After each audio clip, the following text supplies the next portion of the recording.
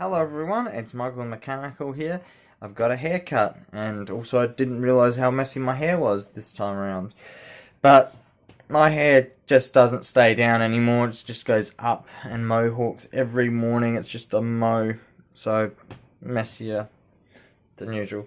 No real news to report on the Triton, other than, yes, I'm going to be keeping the Triton. The Tata pretty much can't repair it for a long time, and we can't repair the Triton for an even longer time. Fairlane, even longer again. And I'm still waiting on my dad, who's a bit lazy, to help me finish off the motor in the shed, for him to rebuild the calipers, so on and so forth. So, today I stayed home from work, sort of. I call it work, but it's not a paid job. Gesundheit again. That's German for bless you, essentially. My eyes are always feeling like junk. But today I essentially shut down the Triton once for all. What I did was I went out there, started up once, ran it for a little while, got it warm. It struggled to start, believe it or not, but that's probably because it's cold. It ran a bit shit for a little while, and then it went okay. But it's also got a blown head gasket, and it might have water in the cylinders causing problems, which isn't good. And it filled up with air pretty quickly, so I'm guessing the water's going to go down pretty quickly, like really soon.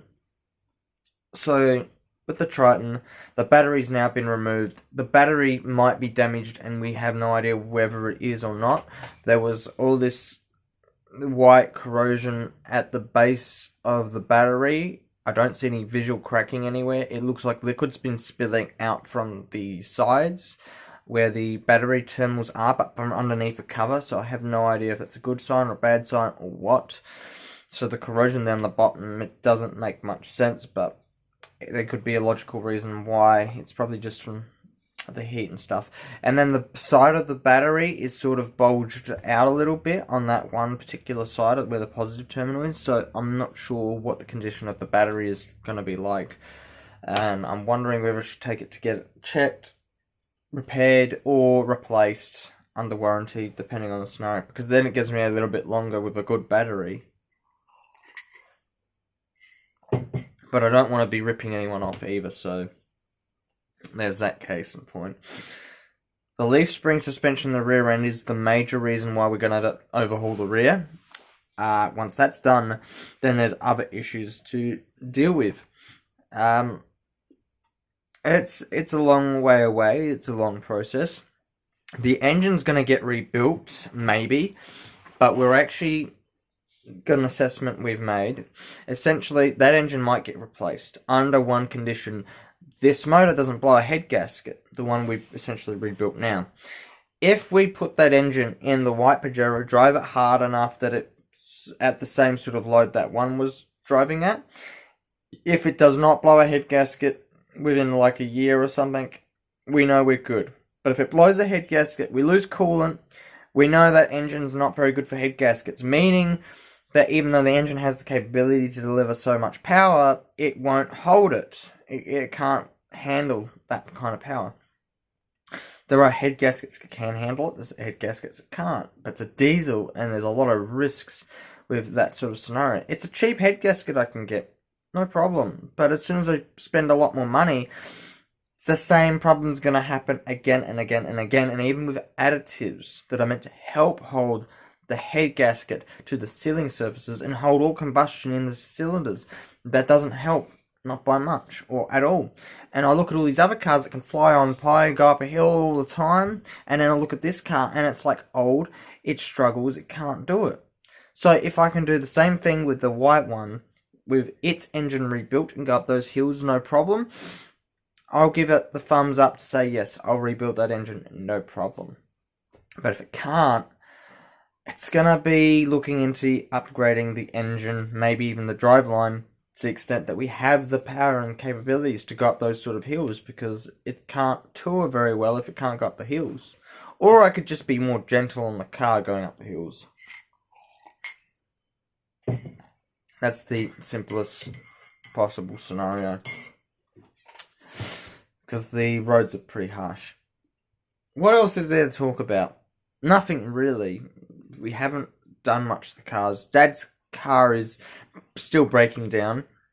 His heater just broke. He doesn't have a heater in his car anymore, in the sense that his fan stopped working. He either wore the brushes out because it's always on low all the freaking time. He doesn't need it on all the time. It's always on low or medium. It sounded like the fan was going at one point. I have no idea if it's actually gone. The brushes could have worn out. Or there could be a wiring problem and a fuse is just blown.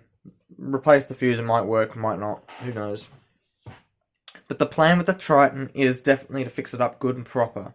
Not to mess around and, leave it sitting there just to wear out and do nothing. It is an intended project to finish because it's a daily driver. The Fairlane is an intended project, but there is the potential we might end up actually selling parts of it because money is scarce and it sucks because you can't finish one project without selling another. And a lot of people have done that sort of thing. And it sucks. I don't want to do it. But I might have no choice. Because the ZL is old. Parts are becoming scarce on those things. And people can make use of them before they can't drive them anymore. Sort of thing. There's still value in the ZL. But my parents paid 12 grand for it. And they only drove it for about 6 years, I think. And then the car went off the road. My dad's paid 4 grand for his, spent up to 10 grand for it, and he's driven it for longer than 10 years. Longer than the ZL. 5 years on the ZL isn't very long, is it? That's because of all the rusting and the electronic components failing on it at the time. Because the module in the distributor failed, and instead of buying a new one, he got it rebuilt. Okay. And it's in a headache spots down the bottom of the motor. So, fair enough. It's not my problem. Well, it is gonna be one day. So, I have a hot desk in Adelaide. I'm working on projects. And it's a lot of work. So, essentially, that's what I've been working on. Spacecraft, hovercraft thing. And I only started that one last week. And hopefully, next week I'll be able to release something. But at this point in time, it looks like I take longer than other people to finish work, which sucks. It sucks because I need to actually do something. I need to start bringing in some sort of income to help me finance that sort of stuff to be done. But this is only, the reason this is taking so long is it's also a part of another issue for another project. And these games, this work takes a lot of effort and a lot of work, and then things can be hard.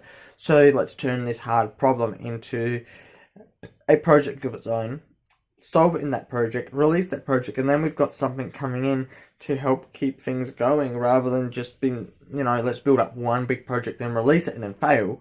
Let's release a smaller project, fail with that, release another project, fail with that, and then release another, and then succeed with that. Sort of opening up opportunity. And even having something released is going to be a good thing on my resume. It will help me probably get a job. I have no idea.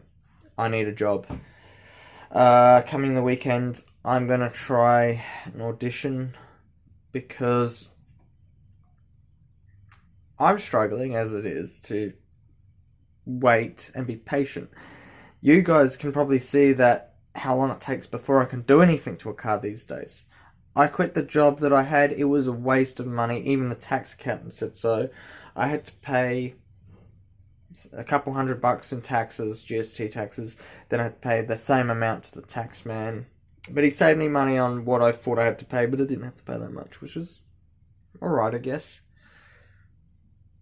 But anyway, guys, thank you for watching. Catch you later in the next video, which might be months away, years away, who knows. I want to try and make it months away rather than years, because the white one is one of those projects that, hey, we can finish this on video. I also have footage that I haven't even done anything with yet, but I did run into an issue, so I'm going to leave it at that. Thanks for watching. Catch you later.